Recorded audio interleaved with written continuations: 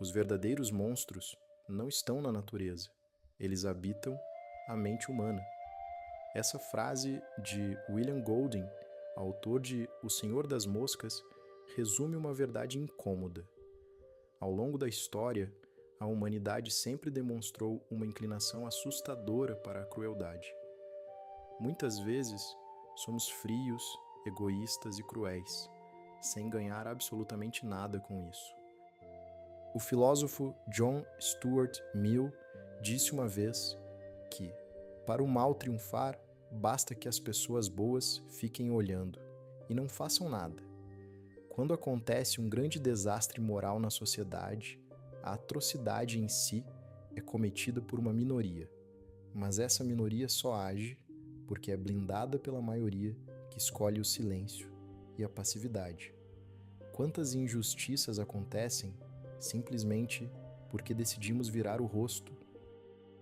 O escritor Leon Tolstói sugeria que a maioria de nós sabe muito bem diferenciar o certo do errado no dia a dia. Isso porque não passamos o tempo resolvendo dilemas éticos complexos, apenas vivemos guiados pelo senso comum. Mas será que isso é sempre verdade? Se for, essa nossa moralidade automática pode ser uma enorme armadilha. E ninguém explicou isso melhor do que C.S. Lewis no clássico Cartas de um Diabo a Seu Aprendiz. Nessa obra brilhante, C.S. Lewis adota uma perspectiva única. O livro é composto por cartas de um demônio experiente, Screwtape, dando conselhos ao seu sobrinho, um demônio aprendiz chamado Wormwood, sobre como desviar um homem do caminho do bem. A grande sacada de Screwtape é que os demônios não precisam convencer o ser humano de que a moralidade está errada. Basta fazê-lo sentir que a moralidade é irrelevante. Nós, humanos, costumamos ser atraídos por ideias que parecem úteis ou sofisticadas, mais do que pela verdade racional. Por isso, o conselho é claro: plante na mente da vítima a ideia de que Deus, ética e valores são conceitos abstratos demais, sem aplicação prática no mundo real. Screwtape diz que o paciente nunca deve pensar no que é certo ou errado, mas focar apenas no que está imediatamente à sua frente. Se o homem começar a refletir sobre questões profundas, o demônio deve distraí-lo com algo banal: o que ele vai comer no almoço, o trânsito da manhã, ou um problema pequeno de trabalho. O objetivo aqui é criar uma apatia geral. O ser humano continua dizendo que tem princípios, mas na prática, esses princípios estão tão desconectados das suas ações que é como se não existissem. O homem se torna um nihilista moral, sem nem perceber.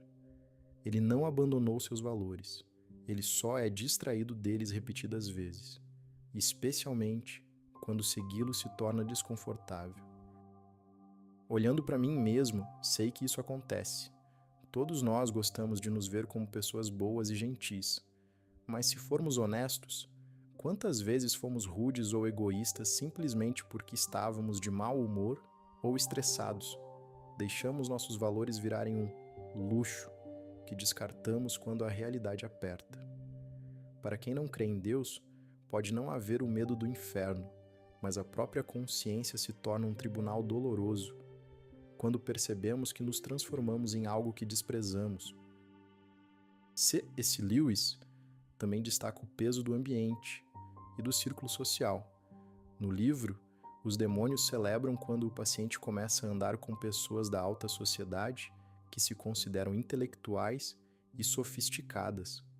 Para impressionar os novos amigos, o homem passa a repetir o que eles dizem. Quando o grupo defende posturas moralmente questionáveis, ele não confronta, ele apenas assente ou suaviza sua posição para não ser rejeitado. Isso cria uma personalidade dividida. O homem vai à igreja e se sente um bom cristão, mas no jantar com os amigos, escarnece desses mesmos princípios. Essa mistura de autocomplacência e hipocrisia é o cenário perfeito para a maldade. Ele para de buscar o que é certo e passa a buscar o que é conveniente. E como muitas vezes é mais conveniente ser cruel do que bondoso, o caminho para a brutalidade está pavimentado. Outra ferramenta psicológica poderosa que Lewis explora é a frivolidade, o hábito de transformar tudo em ironia e piada, fazendo com que a pessoa perca a capacidade de tratar qualquer assunto com seriedade. O orgulho se disfarça de sofisticação.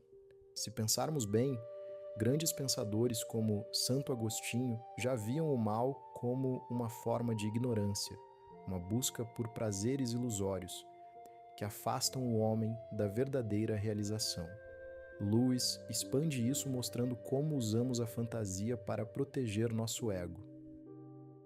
Screwtape explica que o ser humano é dividido entre a fantasia, o intelecto e a vontade. O truque dos demônios é manter a bondade presa na fantasia, enquanto a crueldade domina a vontade. O homem passa horas fantasiando sobre como ele é um grande benfeitor, imaginando planos grandiosos de caridade para o futuro. Mas no presente, no mundo real, sua vontade é guiada pelo mau humor, pelo ressentimento e pelo egoísmo. Ele se convence de que é bom em essência.